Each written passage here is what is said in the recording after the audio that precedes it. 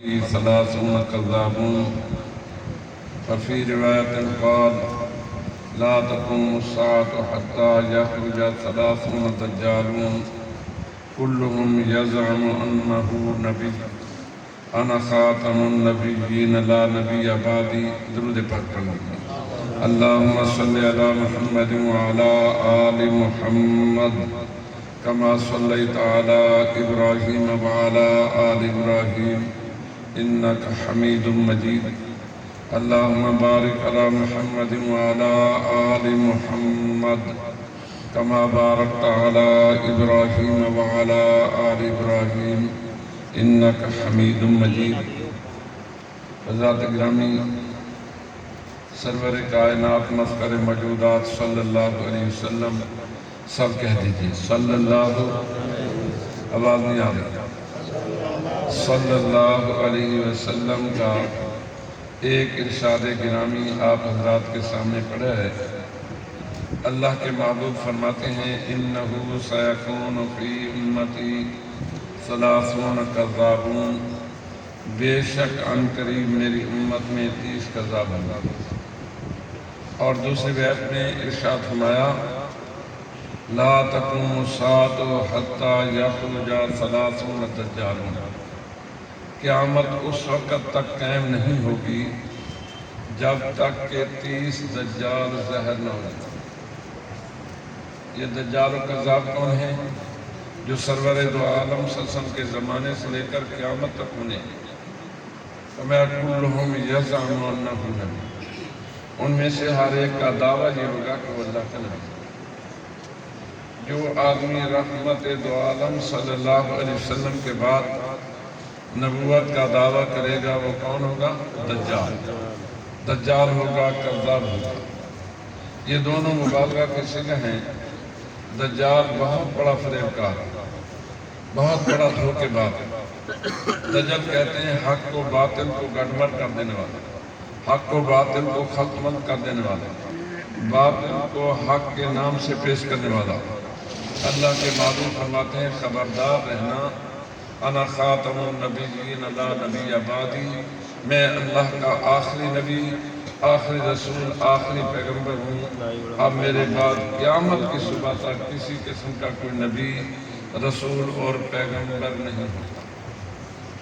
میرے محترم دوستو، سرور دو عالم صلی اللہ علیہ وسلم کے اس ارشاد گرامی کے تناظر میں جب ہم اپنی 1450 سالہ اسلامی تاریخ کا مطالعہ کرتے ہیں تو بہت سارے لوگ نبوت کا دعویٰ کرتے ہوئے نظر آتے ہیں.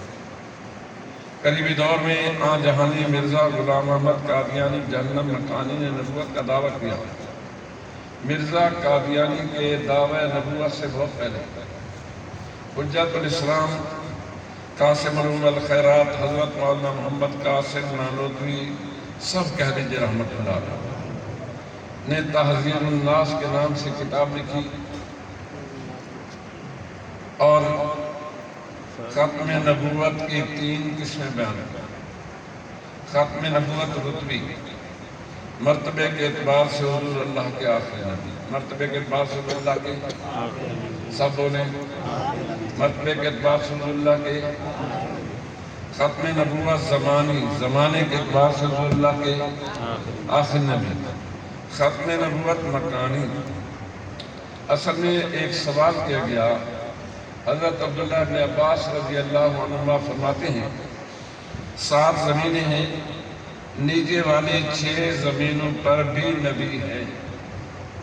ہمارے حضرت نانوتوی رحمت اللہ علیہ فرماتے ہیں نیچے والی 6 زمینوں کے جو نبی ہیں ان کے خاتم و آخر بھی حضرت محمد الرسول اللہ صلی اللہ علیہ وسلم.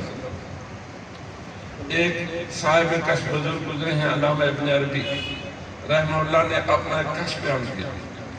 میں مریخ ستارے پر انسانیت آباد ہے، مریخ ستارہ کا نام ہے.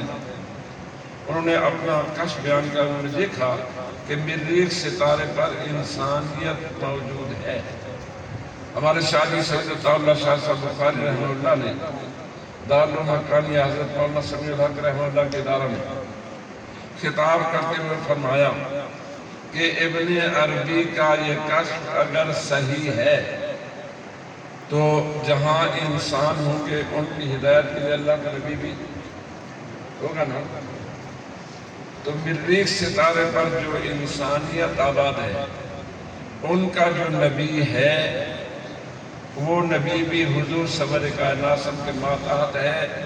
ہمارے آقا اس کے لیے بھی خاتم النبیین ہے. میرے محترم دوستو، ختم نبوت کا عقیدہ پورے دین اسلام کی بنیاد ہے. دین اسلام کی عمارت عقیدہ ختم نبوت پر قائم ہے. دیکھیے آپ کی مسجد جو سینکڑوں سال سے موجود ہے اس لیے کہ اس کی بنیادیں مضبوط ہیں. اور اگر کسی عمارت کی بنیاد کمزور ہو تو وہ دھڑام سے زمین بوس ہو جائے کرتی ہے. دین اسلام کی بنیاد عقیدہ ختم نبوت پر قائم ہے. ایک آدمی ساری رات مصلی پر کھڑے ہو کر گزار دے، ساری زندگی روزے رکھے، حج کرے، عمرے کرے، زکوٰۃ و صدقات ادا کرے، غرضے کے نیکی کے تمام کام کرے، لیکن جب تک حضرت محمد الرسول اللہ آواز نہیں آ رہی صلی اللہ علیہ وسلم کو اللہ پاک کا آخری نبی نہ مانے، نہ اس کے فرائض قابل قبول ہے، نہ نوافل، نہ حج کام ہے کہ نہ عمرے. غرضے کے تمام تر نیکیاں اس وقت قابل قبول ہیں کہ جب آدمی حضرت محمد الرسول اللہ، پیچھے والے حضرات نے بولے، صلی اللہ علیہ وسلم کو آخری نبی مانا جائے. جہاں مرزا غلام احمد قادیانی نے نبوت کا دعویٰ کیا، اس کا ایک چھوٹا سا رسالہ ہے غلطی کا ازالہ، اس کے صفحہ نمبر 4 پر اس مرحوم نے لکھا، محمد الرسول اللہ والذین معہ، مجھ پر نازل. کہتا ہے وحی الہی میں میرا نام محمد اور رسول لکھا گیا. استغفر اللہ ثم استغفر. اس کا ایک بیٹا تھا بشیر احمد احمی، اس نے کلمۃ الفصل کے نام سے کتاب لکھی اور اس میں ایک سوال لکھا، پھر جواب دیا. سوال یہ لکھا کہ جب تم قادیانی مرزا غلام کو مستقل نبی مانتے ہو تو اپنا علیحدہ کلمہ کیوں نہیں پڑھتے؟ گل صحیح ہے نا کہ نبی نے بدلنا کلمہ بدل جاتا. حضرت آدم علیہ السلام ہے لا الہ الا آدم سمی اللہ، حضرت نوح علیہ السلام ہے لا الہ الا نوح نجی اللہ، حضرت ابراہیم علیہ السلام ہے لا الہ الا ابراہیم خلیل اللہ.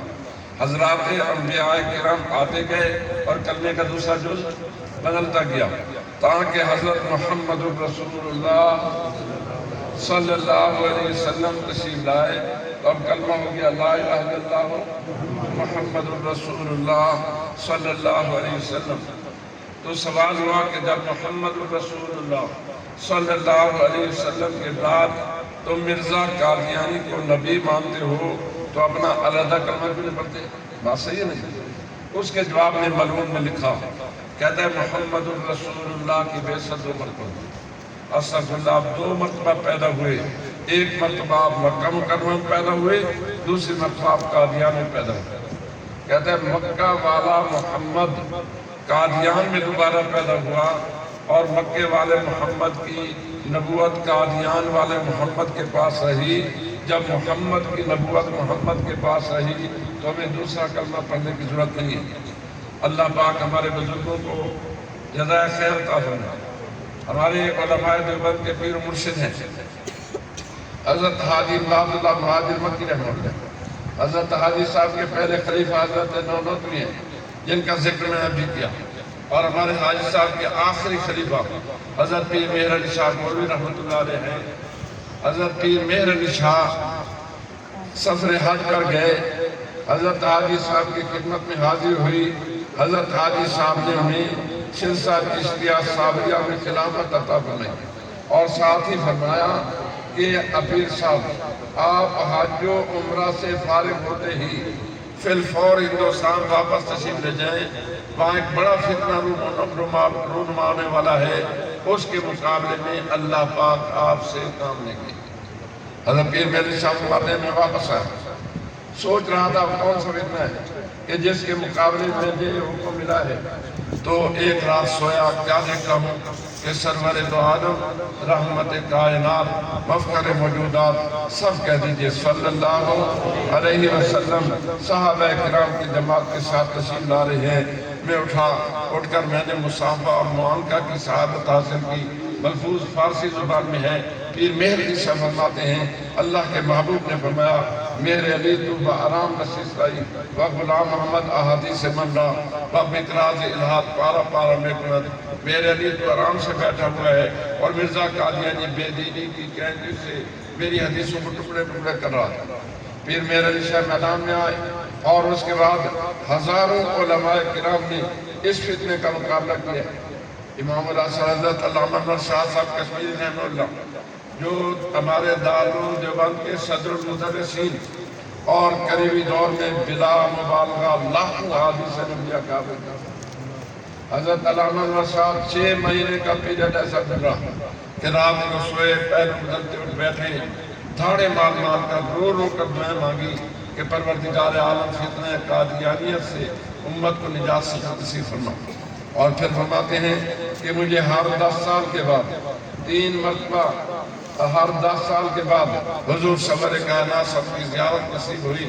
میں انور شاہ گھبرانے کی ضرورت نہیں، اللہ پاک میری ختم نبوت کی خود حفاظت کرے گا۔ پھر میرے علی شاہ میدان میں آئے، اپنا حضرت علامہ انور شاہ میدان میں دارالعلوم دیوبند کے اساتذہ کرام کو کھڑا کیا، ان سے کتابیں لکھوائیں، لٹریچر لکھوایا۔ اس پر بھی حضرت کی طبیعت مطمئن نہیں ہوئی، عوام کو اس فتنے سے کیسے بچایا جائے۔ تو دوسرا بڑا کام آپ نے یہ کیا کہ میرے دادا پیر حضرت شیخ تقدیر مولانا احمد علی لاہوری رحمہ اللہ حضرت لاہوری رحمہ اللہ کے ہاں 1930 میں خدام الدین کا سالانہ اجتماع تھا۔ سینکڑوں علماء، کم از کم 500 علماء اکرام جید علماء وہ اسٹیج پر موجود تھے۔ حضرت علامہ انور شاہ صدارت فرما رہے تھے، شاہ جی خطاب فرما رہے تھے۔ جب شاہ جی کی تقریر دیوبند پر پہنچی، میرا خیال ہے ہم میں سے کوئی ایسا آدمی نہیں جس نے شاہ جی کو سنا ہو۔ آغا شورش کشمیری فرمایا کرتے تھے جب عطا اللہ صاحب قرآن پڑھتے تو فضا میں اڑتے ہوئے پرندے ان کا قرآن پاک سنتے تھے، دریاؤں کے موجیں گوش بر آواز ہوتی۔ اور جب شاہ جی کی تقریر دیوبند پر پہنچی، مولانا حبیب الرحمن لدھیانوی کھڑے ہوئے اور کہا میں حضرات میرا جی یہ چاہتا ہے کہ شاہ جی کے ہاتھ پر ان کے مرشد بیٹھے ہیں، یقیناً تو سب کہیں پیر دے مرید ہو سکتے یہ بھی کوئی نہ بیگم صاحب مرید طہارت ہے سب سے بڑا پیر پر ہے۔ خیر کہ میں نے حسن میں ویسے کہہ دیا تو آپ جانتے ہیں کہ مرید پیر کے ہاتھ پر بیعت کرتا ہے، لیکن مولانا حبیب الرحمن فرما رہے ہیں کہ شاہ جی کے ہاتھ پر ان کے مرشد بیعت کرتے ہیں۔ حضرت علامہ انور شاہ کھڑے ہوئے اور فرمایا کہ انہوں نے مظفر گڑھ کے جلسے میں مجھ سے کچھ اوراد و وظائف پوچھے، اس لحاظ سے یہ میرے مرید اور میں ان کا پیر، یہ کہہ کر اپنے ہاتھ شاہ جی کی طرف بڑھا دیے۔ ہمارے استاد سے مولانا عبدالرحیم اشر رحمہ اللہ فرمایا کرتے تھے کہ شاہ جی نے مجھے خود فرمایا عبدالرحیم میں تینوں دساں میری پوزیشن کی سی؟ میں نے کہا ضرور فرمایا میرا پورا جسم یوں کام کرتا ہوں، میرے صغیر کا سب سے بڑا عالم اور میرے جیسے ویس کے ہاتھ پر بیعت کر رہا ہے، اور میں رو کے ہاتھ جوڑ کے کہہ رہا ہوں حضرت میں اس قابل نہیں کہ آپ میرے ہاتھ پر بیعت کریں، آپ ہمارے استاد، آپ ہمارے مرشد، آپ ہمارے شیخ۔ لیکن جب حضرت کا اصرار بڑھا تو فرماتے تھے میں نے جلدی سے اپنے ہاتھ حضرت کے ہاتھوں میں لے کر کہا کہ آپ نے مجھے اپنی بیعت میں قبول فرمایا۔ یوں علامہ انور شاہ صاحب نے شاہ جی کو کھڑا کیا۔ علامہ اقبال کو قادیانی کے چنگل سے نکالا ہے۔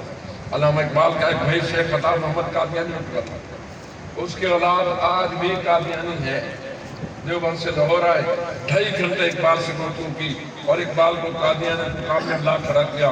ایسے مولانا ظفر علی خان کو اس بات پر لگایا، غرضے کے چن کر علماء کو اس بات پر لگایا ہے۔ پاکستان بننے سے پہلے پورے ہندوستان میں، پاکستان بننے کے بعد دیکھیے پاکستان یہ پنجاب کا آخری گورنر تھا انگریز سرفراز لوڈی، یہ ظفر اللہ خان جو پاکستان کا پہلا وزیر خارجہ ہے، ظفر اللہ خان سرفراز لوڈی کو ملتا ہے اور قادیانی کے لیے 1034 ایکڑ زمین 10 روپے ایکڑ کے حساب سے ربوہ میں انہیں الاٹ کرائی اور انہوں نے اپنا علیحدہ ملک بنایا۔ بس آیا۔ الحمدللہ ہمارے بزرگوں نے اس فتنے کے خلاف جدوجہد جاری کی رکھی۔ 1953 کی تحریک چلی جو گولی سے دبا دی گئی، پھر 1974 کی تحریک چلی، مسجد کے محراب و منبر سننے والی آواز اسمبلی کے ایوان میں گونجی، سینٹ کے ایوان میں گونجی۔ اسمبلی میں مفکر اسلام مولانا مفتی محمود تھے، مجاہد ملت مولانا غلام غوث صدابی تھے، شیخ الحدیث مولانا عبدالحق کوڑا کھٹک تھے، علامہ شاہ مکرانی تھے، غازی کے کئی ایک علماء کرام تھے، اور جناب ذوالفقار علی بھٹو کا دور ہے۔ قومی اسمبلی میں یہ مرزا ناصر احمد جو قادیانی جماعت کا لاٹ پادری تھا، اس نے بھٹو صاحب سے بار بار درخواست کی کہ یہ کیس ہمارے خلاف ہے، ہمیں بھی سنیں۔ تو بھٹو صاحب نے حضرت مفتی سے مشورہ کیا، مفتی محمود صاحب سے، تو صاحب نے کوئی نہیں یعنی بلاؤ۔ 11 دن تک مرزا ناصر کو سنا، 2 دن لاہوری گروپ کے سربراہ کو، 13 دن مسلسل قادیانی کو ڈیفنس کا موقع دیا گیا، اور 13 دن کے بعد 7 ستمبر 1974 کو پوری کی پوری قومی اسمبلی نے قادیانیوں کو کافر قرار دیا، سب کہہ دی جائے۔ غالباً اسد آپ کے نمائندگی ڈاکٹر ابراہیم برق فرما رہے ہیں، ان کے بھی دستخط موجود ہیں۔ تو بہرحال 1974 میں قادیانی کافر قرار دیے گئے۔ یہ جناب ذوالفقار علی بھٹو کا دور تھا، تفصیلات میں جانے کا وقت نہیں ہے، ورنہ میں آپ کو بتاتا کہ جب بھٹو صاحب دستخط کر رہے تھے تو کہا مفتی صاحب میں اپنے ڈیتھ وارنٹ پر دستخط کر رہا ہوں، موت کے پروانے پر دستخط کر رہا ہوں۔ اور جناب ذوالفقار علی بھٹو کے بعد جناب ضیاء الحق کا دور آیا، ہم نے ایک اور تحریک کی۔ 26 اپریل 1984 کو جنرل ضیاء الحق نے قادیانیوں کی سرگرمیوں پر پابندی عائد کر دی، سب کہہ دی الحمدللہ۔ وہ مرزا غلام کو نبی علیہ السلام کہتے تھے، نہیں کہہ سکتے۔ اس کی بیوی ام المومنین وہ لوگ نہیں کہہ سکتے۔ حضرت مرزا ایک مسلمان ہے قربت میں بھی نہ انہیں پتر بنائے فضل احمد، قادیانی لٹریچر کہتا ہے فجر امام، قربت بھی کہتا ہے فجر امام، اور جو بدبخت اسے نبی مانتی ہے اسے خدیجۃ الکبریٰ کا لقب دیا جاتا ہے، استغفر اللہ، سیدۃ نساء العالمین کا لقب دیا جاتا ہے۔ اللہ پاک جنرل ضیاء الحق کو جزائے خیر عطا فرمائے۔ انہوں نے کہا کہ یہ القاب صرف اور صرف ازواج مطہرات اور صحابہ کرام کے متعلق ہیں، کسی اور کے لیے استعمال نہیں کی جا سکتے۔ میرے محترم دوستو، اللہ کا کرم ہے، بہاولپور کی عدالت سے ماریشس کی عدالت تک، پاکستان کی پارلیمنٹ سے گمبیا کی جنرل کونسل اور پارلیمنٹ تک دنیا کا کوئی فورم ایسا نہیں جہاں قادیانی گئے ہوں اور انہیں چتا نہ لگے۔ سب کہہ دیا جائے، ہر جگہ ذلیل رسوا ہو رہے ہیں، لیکن وہ ابھی کبھی کسی کو استعمال کرتے ہیں، اپنے لمبے ہاتھ استعمال کرتے ہیں۔ میں تمہارے سیاسی لیڈروں کا نام نہیں لیتا، آپ دیکھیں یہ جو ہمارے سابق چیف جسٹس قاضی فیض عیسیٰ، اس نے 7 فروری کو ہمارے جنرل الیکشن ہوتے ہیں، اور 8 فروری کو جنرل الیکشن ہوئے، 6 فروری کو اس نے ایک ضمانت کے کیس میں قادیانیوں کو مسلمانوں کا فرقہ قرار دیا۔ جب ہم نے اس پر پورا احتجاج کیا، پورے ملک نے سزا احتجاج بلند کی، تو انہوں نے کہا کہ آپ نظر ثانی کی اپیل کریں۔ نظر ثانی کی اپیل ہوئی، پھر انہیں کہا کہ قادیانی 4 دیواری میں تبلیغ کر سکتے ہیں۔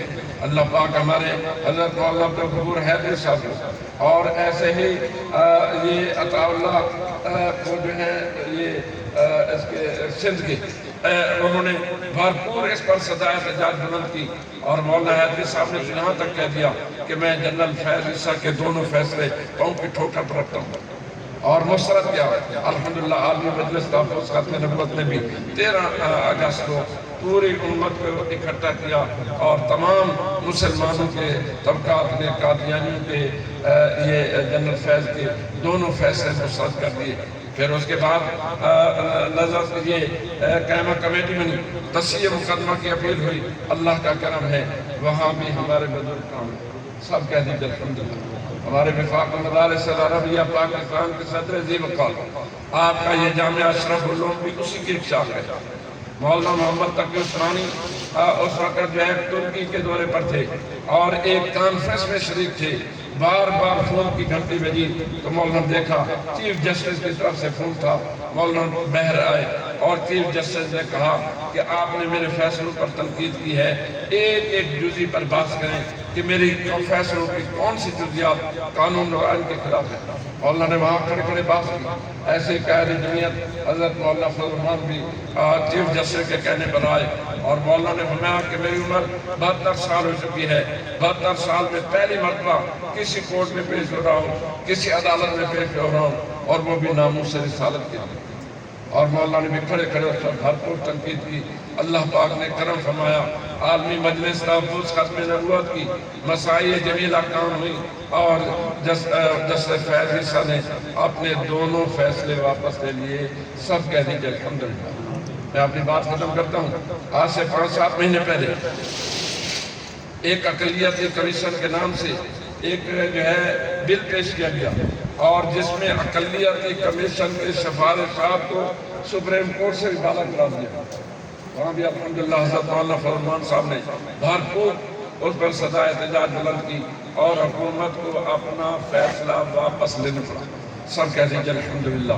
اللہ کا کرم ہے کہ چوکیدار جاگ رہے ہیں۔ جاگ رہے ہیں کہ نہیں؟ تو سمجھ جاگ رہے ہو کہ بھاگ رہے ہو؟ بھئی آپ بھی جاگ رہے ہیں بھاگ رہے ہیں؟ ایسا سے بولتے ہیں، میں آپ سے چندہ تھوڑا مانگ رہا ہوں۔ بھائی کیا خیال ہے، جاگ رہے ہیں کہ بھاگ رہے ہیں؟ جاگ رہے ہیں انشاءاللہ۔ حضور کی ختم نبوت کا تحفظ ہمارے بزرگوں نے کیا تھا، ہم بھی کریں گے، اور ہمارے بعد ہمارے جو بچے بھی انشاءاللہ ناموس سے رسالت کا تحفظ کریں گے انشاءاللہ وزید۔ دنیا کائنات کی کوئی طاقت ہمارے آقا حضرت محمد رسول اللہ صلی اللہ علیہ وسلم کی ختم نبوت پر ڈاکہ نہیں ڈال سکتی۔ میرا تعلق فیض آباد سے ہے۔ میں ایک عرصہ کہتا رہا کہ فیض آباد میں قادیانیت کے جراثیم 2 جگہ پر ہیں، لیکن اب ہر جگہ ہے اور ہر جیب میں ہے۔ آپ کی جیب میں بھی قادیانیت کے جراثیم ہے۔ ہمارا ایک نوجوان ہمارے مبلغ کے پاس لایا گیا کہ جس سے باتیں سنیں، تو اس نے وہی گھسی بیٹی باتیں کی جو قادیانی کرتے ہیں۔ پوچھا کہ یہ کہاں سے لی؟ انہوں نے کہا کہ یہ نیٹ پر ایک مولوی صاحب آتے ہیں۔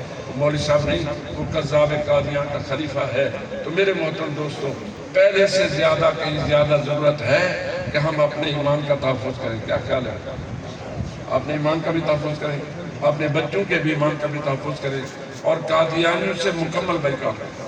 کیا خیال ہے؟ اگر آپ کے ہاں کوئی قادیانی رہتا ہے مکمل بائیکاٹ کریں، اگر کوئی نہیں ہے تو ان کی مصنوعات کا مکمل بائیکاٹ کریں۔ اور یہ گرمیوں کا موسم ہے، ہر گھر میں شربت استعمال ہوتے ہیں۔ قادیانیوں کا شیطان یہ کروڑوں روپے قادیانیوں کو ہر سال امداد دیتا ہے۔ اس کا مالک تھا شاہ نواز مرا، تو الفاظ قادیانی نے لکھا کہ چودھری شاہ نواز نے 48 زبانوں میں مرزائیوں کا قرآن پاک تحریف شدہ قرآن پاک شائع کیا۔ تو ان حالات میں میرا اور آپ کا فرض بنتا ہے کہ ہم ان کا مکمل بائیکاٹ کریں۔ کیا خیال ہے؟ جنہیں آدم بائیکاٹ نہ کرے سو ہاتھ کھڑا کریں۔ اچھا، جو کہتے ہیں بائیکاٹ کریں گے ہاتھ کھڑا کریں۔ نعرہ تکبیر، تاجدار ختم نبوت، تاجدار ختم نبوت، قادیانیت پر لعنت، قادیانیوں پر لعنت۔ اقول قولی ھذا والحمدللہ رب العالمین۔ میں 5-7 زیادہ کروں، لازمت سے